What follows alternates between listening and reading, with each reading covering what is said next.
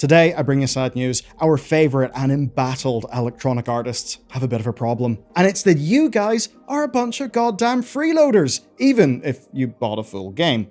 Because once you buy a game, maybe even in a box, turns out most of you stop spending money in the game. And that is a problem that's worth real money to fix. And as of June 2026, EA has launched a platform to do just that. It's called EA Advertising. Now, the idea is not new. Back in Q4 2024, investors were already asking the CEO, Andrew Wilson, what he was doing to increase revenue by inserting advertising into AAA games. And the thing is, this isn't even new territory for the company. There's 2008's Burnout Paradise. I remember seeing some in-game ads, I think for DLCs or something in Battlefield 2 when I played that way back in the day. But obviously, we have EA very publicly trying to solve one of the biggest problems in live service gaming, and that is making money off the people who don't, buy loads of shit that they don't need. Which, as it turns out, is most of us. Let's talk about the problem the industry's facing. And I have to be real with you, as much as we can just go pure, oh, EA sucks, there is, I think, a fairly important discussion to be had here. Because obviously, when you start looking at, say, Overwatch dropping a bundle that has an RRP of 20,000 Overwatch coins, which is like $200, but that has a massive, discount so that it only costs like $99. I think we kind of know that whaling has got completely goddamn insane and unhinged. Often, we have talked about whales in live service gaming, and the Rockstar hack earlier this year gave us a fantastic example of how whaling works. Over the period we have data for, Rockstar made $1.4 million every day from GTA Online. Quite literally a money printer. But all of that money came from just 4% of the game's average player base. And when you look at how people spend money, it's even worse. 25% of revenue comes from subscriptions like GTA+, but the majority does come from in-game currency purchases. Mofos love their shark cards, I guess. And basically, it's that tiny 4% of people that are buying all the currency and therefore funding live service development. Now, if you're an investor in a company like EA or Take-Two, the alarm bells are going off, right? I mean, 96% of your players are basically playing for free. That doesn't seem right. Surely there is a monetizable market somewhere around here. And as it turns out, it's an especially important one. And I say that because across the board, reports like Apelian's 2026 State of Gaming, they suggest that player numbers are down, that spending is down, and that acquiring new players is harder than ever. So in the face of all those problems, well, what you need to do, what you need to find, is a way to make money without asking players to give you their money. I think we all know the obvious upshot of this. It's going to be ads. If you're not paying for a product, you are the product. It's a good bit of timeless wisdom. It explains most of Meta's entire business model. Seriously, go far away from anything that they touch. But now, EA wants to make you as accessible to brands as is possible. And that's why, quote, where brands come to play, is the new slogan for EA's new platform. And it's going to be opening up new opportunities across all of EA Sports games, plus The Sims and Skate. And this is framed as an advancement in technology and access that allows companies to reach fans in all new, exciting ways, rather than just regular old cross-promotional opportunities. The new system has, quote, dynamic real-time placements from stadium signage to custom in-game content designed to enhance, not disrupt, the player experience. And it's all supported by new Frostbite-powered monitoring tools built right into EA's workflow. And to make this feel more concrete, they frame specific ways for companies to take advantage of their systems. It's things like custom collaborations with brands, such as, quote, in-game challenges, reward-driven objectives, and branded content. And of course, we've seen some things like this before. As an example, say the Bridgerton crossover for The Sims. That's just the latest in a long, long tail of branded content for The Sims. And then there is, of course, the more obvious sports options. There's loads of brands and stadiums, t-shirts, that sort of thing.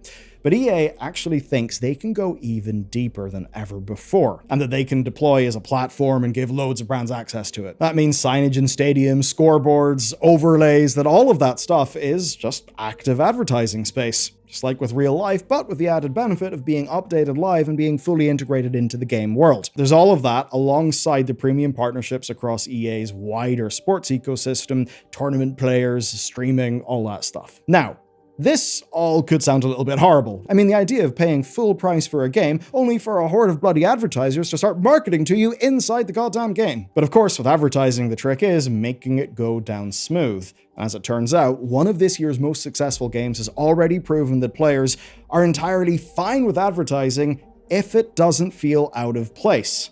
And this one didn't even happen in a live service game. And honestly, it's one that I'm mostly fine with. Do you like to enjoy a cool glass of zero caffeine, zero sugar Coca-Cola after playing 007 First Light? Well, Coke probably hopes you did, considering how much they promoted the game and the constant in-game placement. That sort of thing, I definitely roll my eyes at. What I didn't roll my eyes at as much, though, was the branding with the Omega watches, or say Aston Martin being there. I mean, it's Bond. To tell you the truth, I didn't even catch the Land Rover promotion because it was, I guess, comparatively subtle and did sort of make sense because it was Bond. Now, this is what EA are trying to accomplish. Advertising that feels appropriate to the fantasy and that isn't intrusive. And James Bond is a perfect target for this, and that's thanks to what Eurogamer called the franchise's, quote, salivating consumerism. Yeah, which, I mean, is fairly true. I still think a DB5 looks awesome, but yeah, I get it. Now, EA's sports titles and the actual digital consumerism of The Sims, I suppose, are trying to be more aligned with that,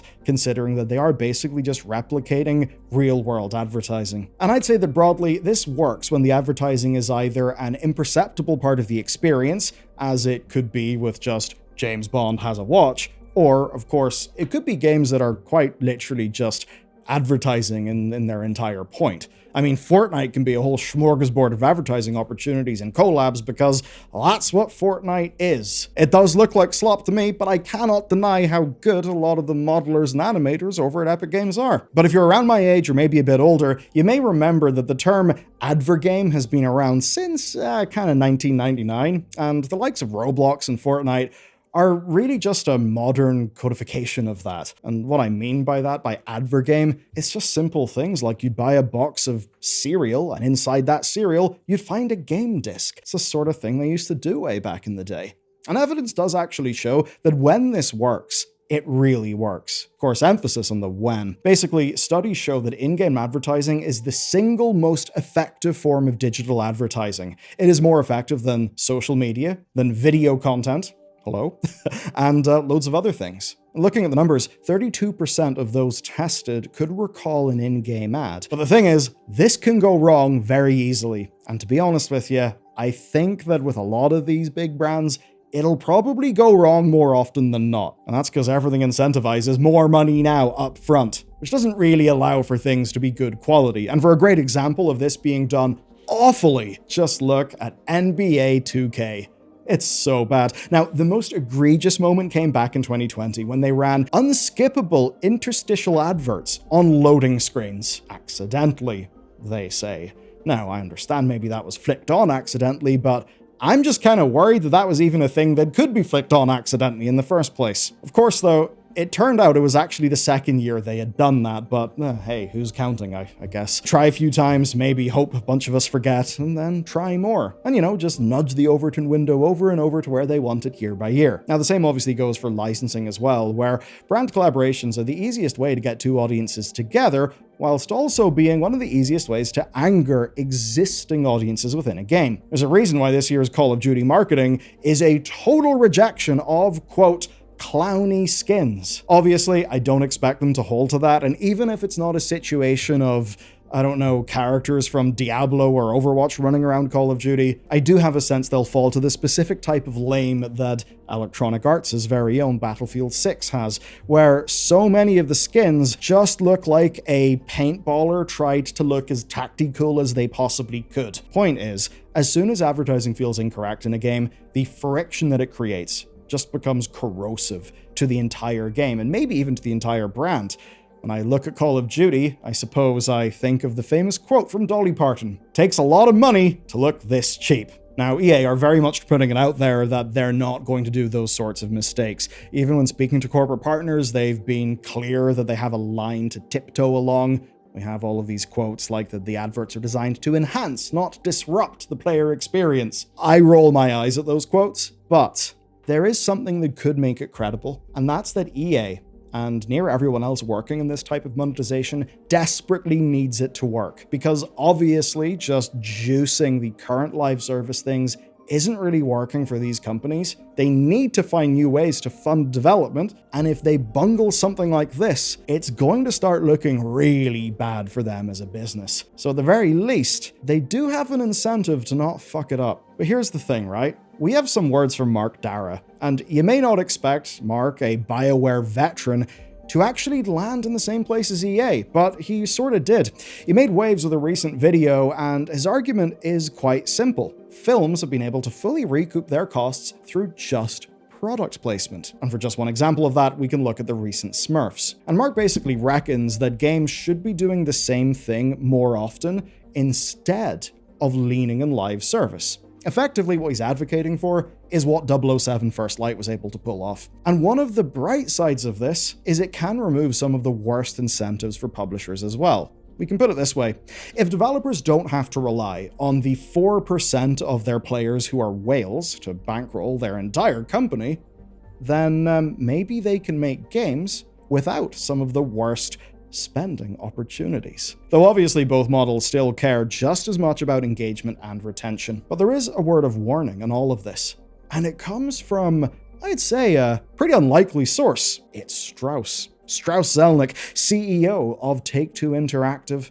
author of Becoming Ageless, and of course, publisher of NBA 2K. He does not like in-game advertising, and he actually doesn't rate it as a business model. Talking to the games business, he said that there's a place for it in free-to-play games and in sports games where it, quote, fits with the vernacular, but it's not actually, quote, a big economic contributor. So to him, it's basically a bonus on top of the usual microtransactions and release sales. And basically anything beyond would just be a bit unfair to players. And I think it means this whole industry is left with one question: who do they court to make money? And because of that, who do they have to treat fairly? All of this is about a recalibration of where the money sits in gaming. And that's because the average person in the economy right now has less disposable money than they likely used to. And that is a problem for the games industry as a whole. They've been relying on whales to survive for a long time, but there's simply not enough whales, and there's too many games for all the whales to support. But do you know who does have money? Companies who have products that they want to market to you. And they know that reaching audiences in a fractured media landscape is harder than ever. And all of that creates now a tension for developers and for publishers as advertising in gaming grows. And that's because while you are the customer of the video game, well, to the video game company who would be able to sell ads, you're also the product. But of course, as the product, you do have a little bit of power. If the ads get too egregious, you can just walk, and if ads go too far, well, we could probably see parts of that model collapse within gaming. There's a world in which these come in a way where it's more like 007 First Light, and broadly people are okay with it, and it can end up being a reasonable enough way for some developers to cover their costs. There is also, of course, a nightmare hellscape world, where proper full games are full of ads. That would be awful. And if it does happen, we all need to actually boycott that. Because if we let it become normal, then normal it will be. And that would suck. But perhaps what won't suck is this next bit of news. But what hopefully doesn't suck is that we have loads of videos on the channel, so I recommend you check out this one next.